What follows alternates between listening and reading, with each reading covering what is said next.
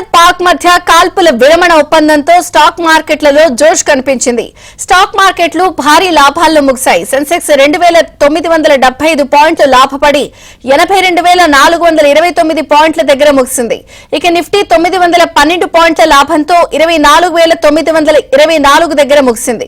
ఒకే రోజు స్టాక్ మార్కెట్ల లాభాలు 3.74% మేర వృద్ధి చెందాయి.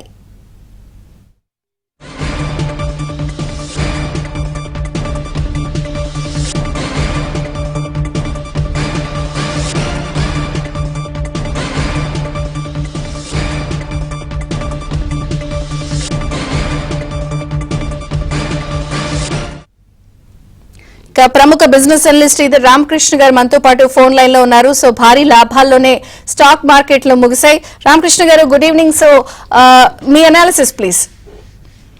గుడ్ ఈవినింగ్ అండి. ఈ రోజు స్టాక్ మార్కెట్స్ దాదాపుగా 3.2% దాకా మేజర్ ఇండస్ట్రీస్ పెరిగాయి.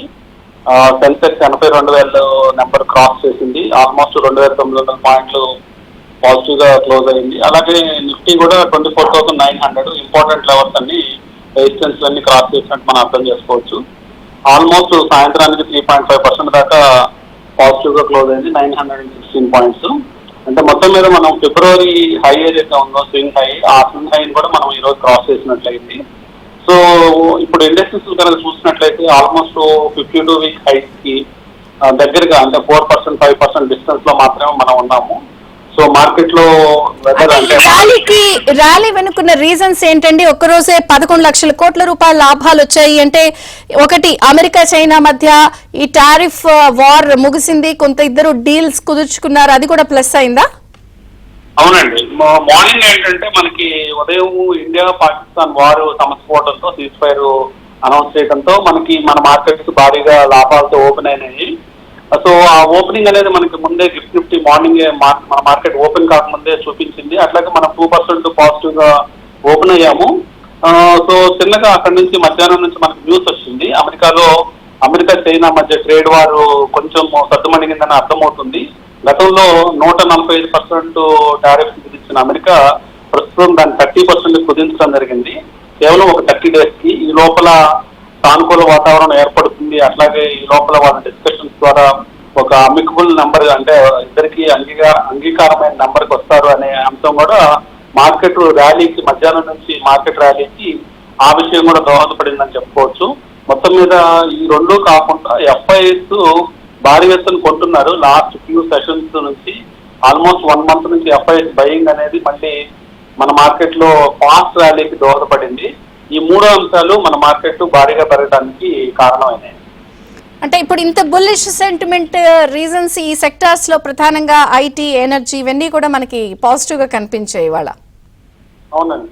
ముఖ్యంగా ఈ రోజు మనం సెక్టార్స్ వైజ్ గా చూసుకున్నట్లయితే ఐటీ, రియాలిటీ, మెటల్స్ భారీ లాభాలు పొందాయి. అలాగే బ్యాంకింగ్ సెక్టర్ కూడా భారీ లాభాలతో క్లోజ్ అయింది.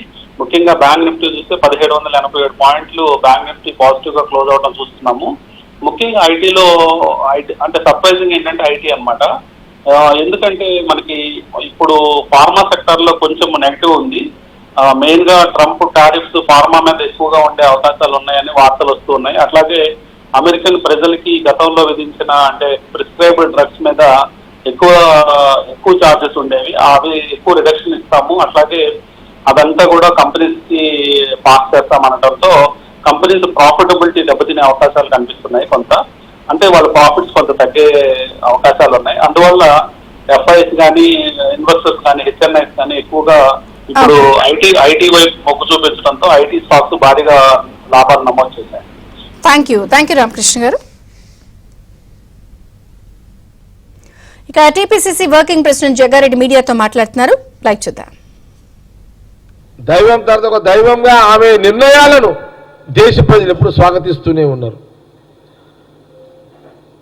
ఈ కులము ఆ మతముగా అన్ని కులాలు అన్ని మతాలు ఆమె